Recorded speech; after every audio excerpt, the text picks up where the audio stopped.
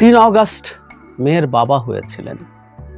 মেয়ের মুখটা সম্ভবত সামান্য দেখলেন, মেয়ের বেড়ে ওঠা, মেয়ের কোনো কিছুই আর তার দেখা হলো না। আর এই মেয়েটা, এই সন্তানটা, তার বাবার স্মৃতি বলে কিছুই তার আর থাকলো না, থাকবে না।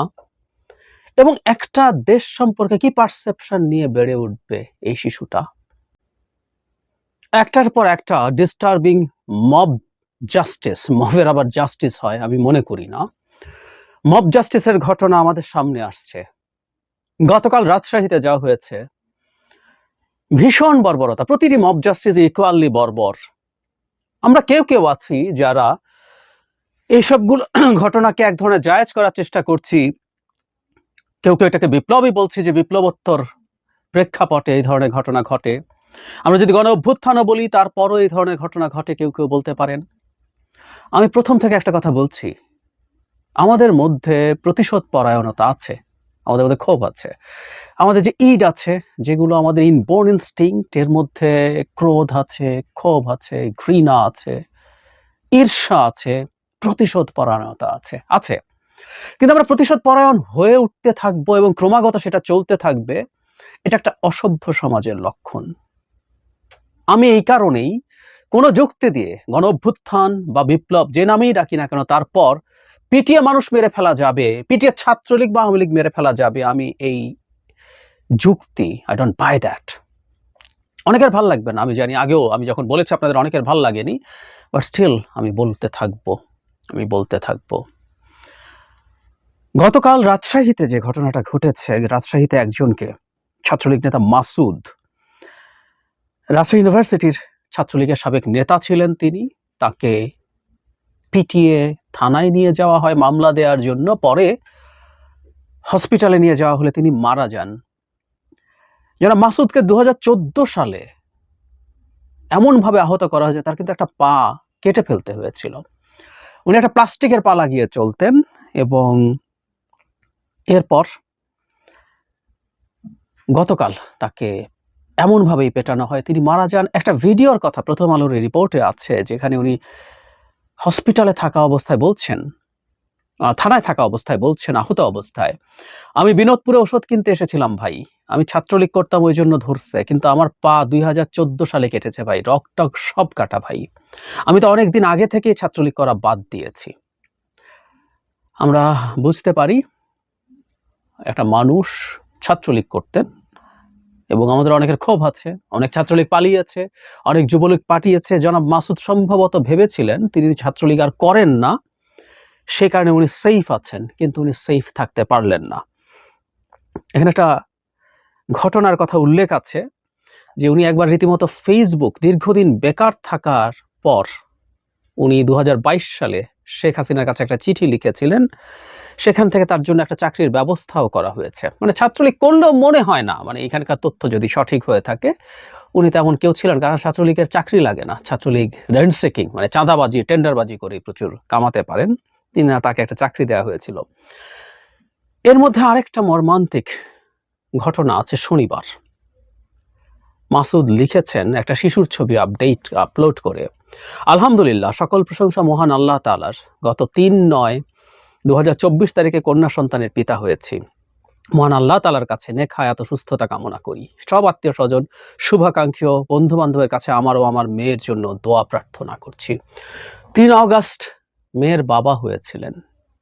মেয়ের মুখটা সম্ভবত সামান্য দেখলেন, মেয়ের বেড়ে ওঠা, মেয়ের কোনো কিছুই আর তার দেখা হলো না। আর এই মেয়েটা, এই সন্তানটা, তার বাবার স্মৃতি বলে কিছুই তার আর থাকলো না, থাকবে না। এবং একটা দেশ সম্পর্কে কি পারসেপশন নিয়ে বেড়ে উঠবে এই শিশুটা।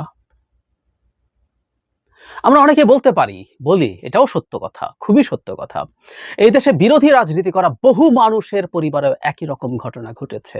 বিএনপি, জামায়াতের, শিবিরের অনেককে পিটিয়ে মেরে ফেলেছে ছাত্রলীগ, যুবলীগ, অনেককে পুলিশ খুন করে ফেলেছে, বিচার বহির্ভূত হত্যা করেছে, মিছিলে গুলি করে মেরে ফেলেছে, গুম করে ফেলেছে। একই রকম স্টোরি এই পাশে অনেক বেশি আছে, কোনো সন্দেহ নাই, কারণ 15 বছর আওয়ামী লীগের পক্ষে এই ধরনের স্টোরি খুব বেশি ছিল না।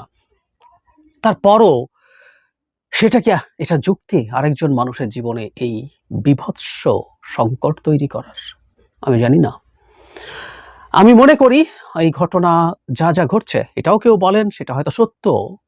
এমনকি আওয়ামী লীগও যে পরিমাণ অ্যাট্রসিটির ঝুঁকি আছে বলে মনে করতেন, সেই পরিমাণ বিভৎসতা ঘটেনি তুলনামূলকভাবে। হয়তো সত্য, কিন্তু খুবই ইউটোপিয়ান শোনাবে হয়তো। তারপরও আমরা আর একটাও বা কেন চাইবো? একটাও বা চাইবো কেন? আর বিশেষ করে ৫ তারিখের পর যখন ১ মাসের বেশি সময় পেরিয়ে গেছে, তখন এই অবস্থা আমরা কেন মেনে নেব?